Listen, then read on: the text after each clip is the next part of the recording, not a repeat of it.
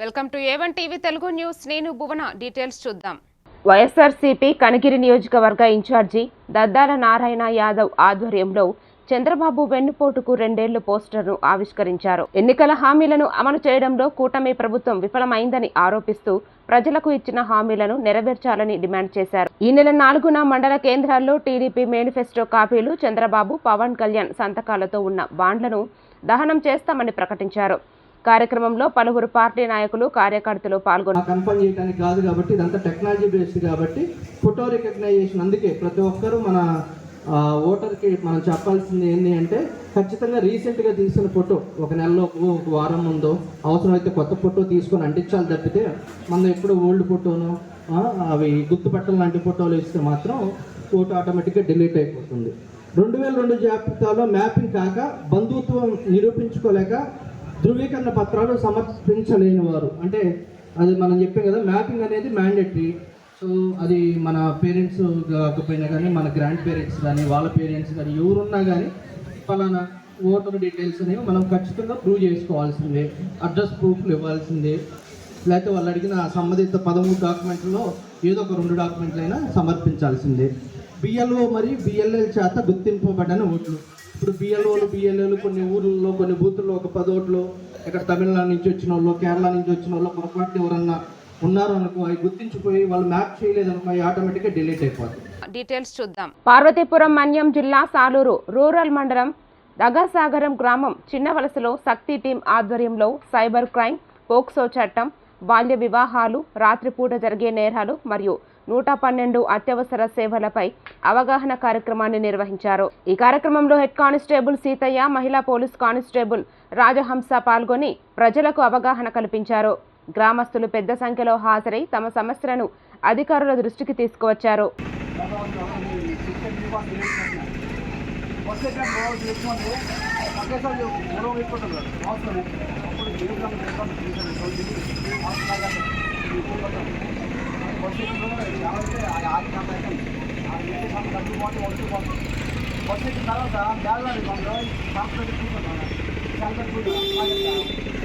జాబ్లో మనసు సంకల్పంలో డబ్బులు చేసుకుంటుకోవాలి.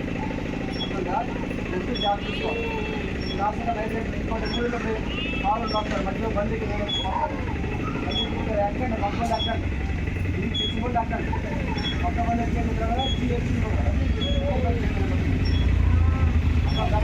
డీటెయిల్స్ చూద్దాం. టిడ్కో ఇళ్ల కోసం గతంలో డీడీల రూపంలో చెల్లించిన సొమ్మును లబ్ధిదారులకు తిరిగి అందిస్తున్నట్లు ఏలూరు ఎమ్మెల్యే బడేటి చంటి తెలిపారు. ఏలూరులో నిర్వహించిన కార్యక్రమంలో 1496 మంది లబ్ధిదారులకు 6.23 కోట్ల విలువైన మెగా చెక్కును అందజేశారు. గత ప్రభుత్వ హయాంలో రద్దయిన టిడ్కో ఇళ్ల కారణంగా నష్టపోయిన వారికి న్యాయం చేస్తున్నామని, భవిష్యత్తులో అర్హులైన వారికి ఇళ్ల నిర్మాణాన్ని వేగవంతం చేస్తామని ఆయన పేర్కొన్నారు. కార్యక్రమంలో స్థానిక ప్రజాప్రతినిధులు, కూటమి పార్టీల నాయకులు పాల్గొన్నారు.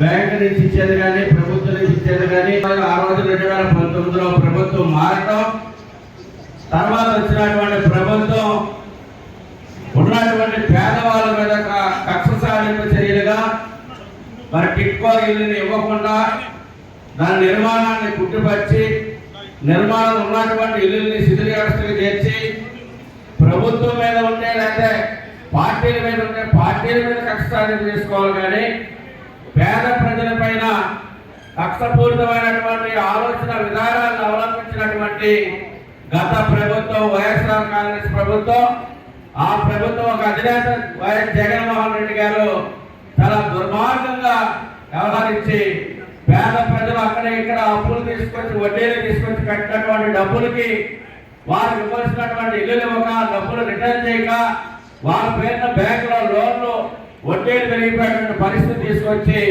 పేద ప్రజల యొక్క జీవితాలతో డీటెయిల్స్ చూద్దాం. వరంగల్ జిల్లా ఎంజీఎం ఆసుపత్రి అభివృద్ధి కమిటీ సమావేశం నిర్వహించగా రాష్ట్ర మంత్రి Konda Surekha, Warangal MP Kadiyam Kavya, Vardhannapet MLA KR Nagaraju తదితరులు పాల్గొన్నారు.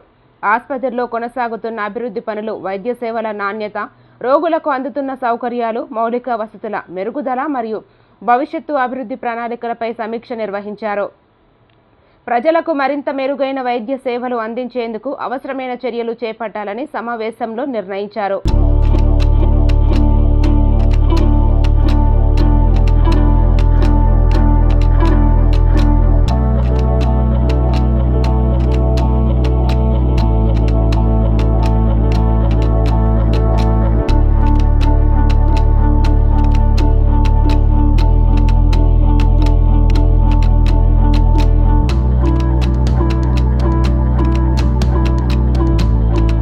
చూద్దాం.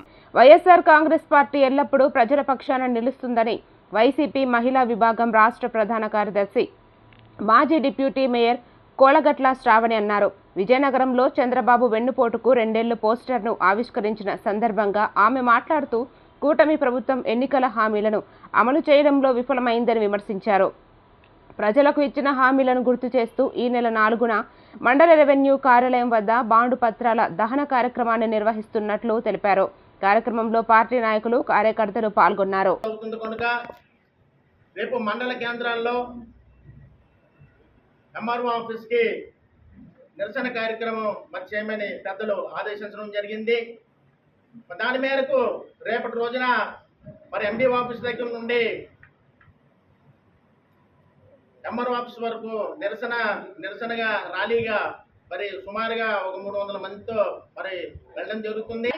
కాబట్టి ప్రతి ఒక్కరు విజయనగర వ్యాప్తంగా ఎవరైతే నిరుద్యోగ వృత్తి రాలేదో, ఉద్యోగాలు రాలేదో, ఆడబిడ్డలకి ఈ డబ్బులు రాలేదో, అమ్మఒడి రాలేదో, ఇవన్నీ అదే విధంగా ఏది రాని వాళ్ళందరూ కూడా ఈ రోజు ఈ పరిపాలన వల్ల ఇబ్బంది పడిన ప్రతి ఒక్కరు కూడా ఈ కార్యక్రమంలో పాల్గొని ప్రతి ఒక్కరు కూడా ముందడుగు వేసి మనం కలిసికట్టుగా ఈ పార్టీ మీద ఈ ప్రస్తుత ప్రభుత్వం పైన గలమెత్తాలి. అందరూ కూడా ముందడుగు వేసి ఈ కార్యక్రమాన్ని భారీ ఎత్తులో సక్సెస్ చేయమని కూడా కోరుకుంటున్నాను. డీటెయిల్స్ చూద్దాం. మార్కాపురం జిల్లా కనిగిరి బైపాస్ రోడ్డులోని హనుమంతునిపాడు సర్కిల్ వద్ద కారు, బైక్ ఎదురెదురుగా ఢీకొన్న ప్రమాదంలో కారు డ్రైవర్ మస్తాన్ షరీఫ్ అక్కడికక్కడే మృతి చెందారు. ఒంగోలు నుంచి వస్తున్న కారు కొత్తూరు వైపు నుంచి వస్తున్న బైక్ ఢీకొనడంతో ఈ ప్రమాదం జరిగింది. బైక్ పై ప్రయాణిస్తున్న 2 యువకుల్లో ఒకరికి తీవ్ర గాయాలు కాగా మరొకరికి స్వల్ప గాయాలు అయ్యాయి. క్షతగాత్రులను 108 వాహనంలో ఆసుపత్రికి తరలించారు. పోలీసులు కేసు నమోదు చేసి దర్యాప్తు చేపట్టారు.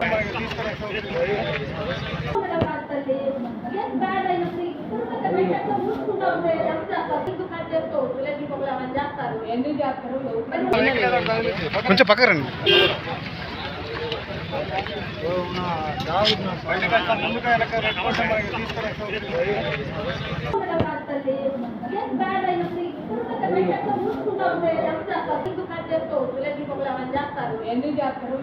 డీటెయిల్స్ చూద్దాం. విజయనగరం జిల్లా బొబ్బిలి మండలం ఎం బూర్జవలస గ్రామంలోని జగనన్న కాలనీలో జరిగిన ఆక్రమణలపై అధికారులు చర్యలు తీసుకోవాలని మాజీ సర్పంచ్ గొడ్లె కృష్ణమూర్తి నాయుడు డిమాండ్ చేశారు. 5 నెలల క్రితమే రెవెన్యూ అధికారులకు ఫిర్యాదు చేసినప్పటికీ ఇప్పటి వరకు స్పందన లేదని ఆవేదన వ్యక్తం చేశారు. ప్రభుత్వ భూములను పేదలకే కేటాయించాలని, ఈ అంశానికి రాజకీయ రంగు పులమద్దని కోరారు. ఆక్రమణలను తొలగించి పేదలకు న్యాయం చేయాలని ప్రభుత్వాన్ని విజ్ఞప్తి చేశారు.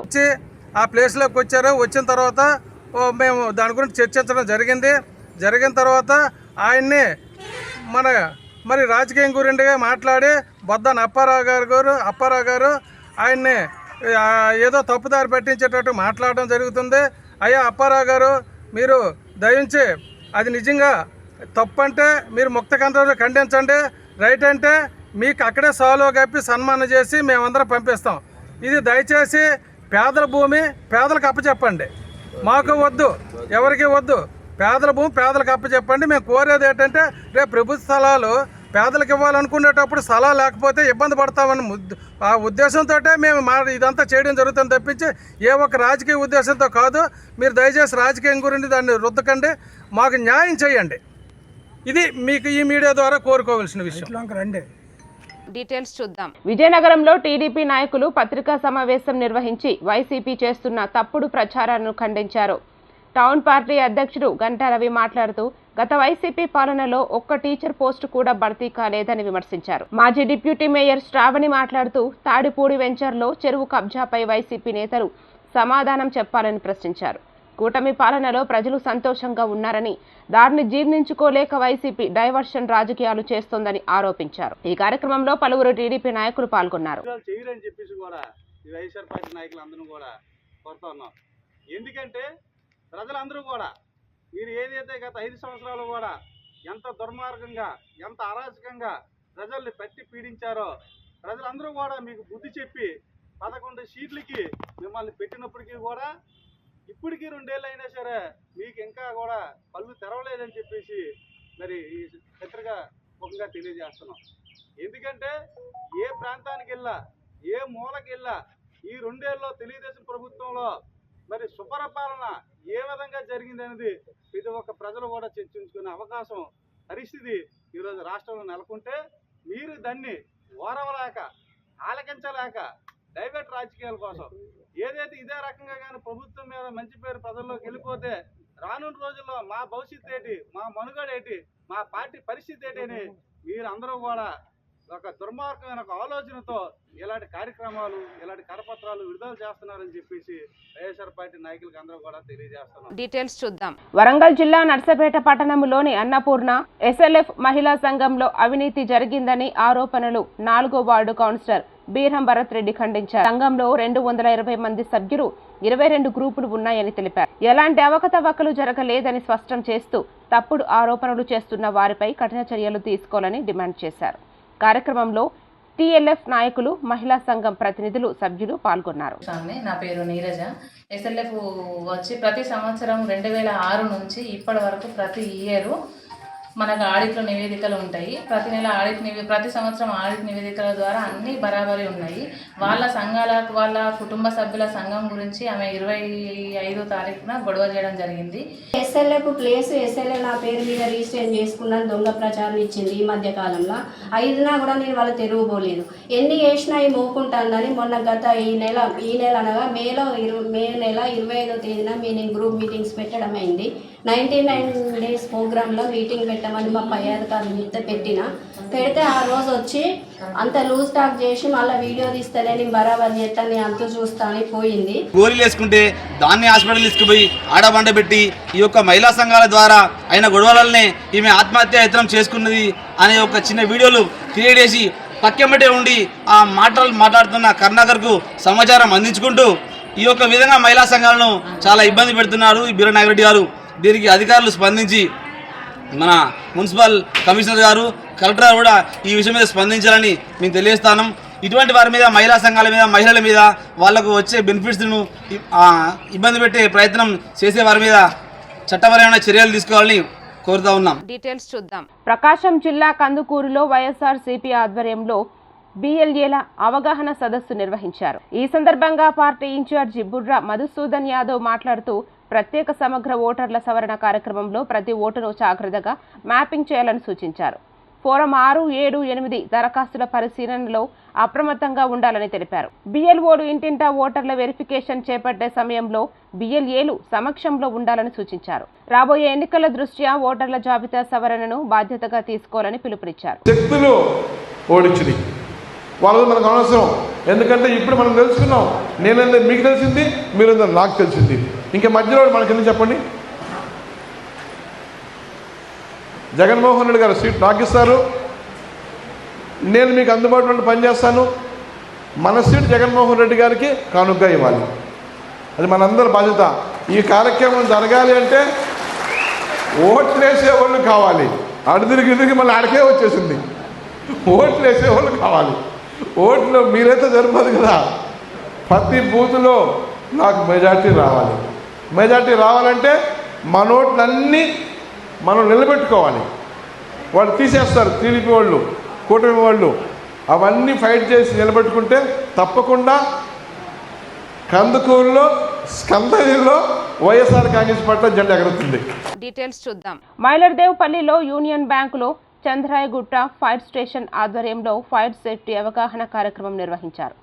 ఫైర్ ఆఫీసర్ భిక్షపతి నేతృత్వంలోకి సిబ్బందికి అగ్ని ప్రమాదాల నివారణ, అత్యవసర పరిస్థితుల్లో తీసుకోవాల్సిన జాగ్రత్తలపై అవగాహన కల్పించారు.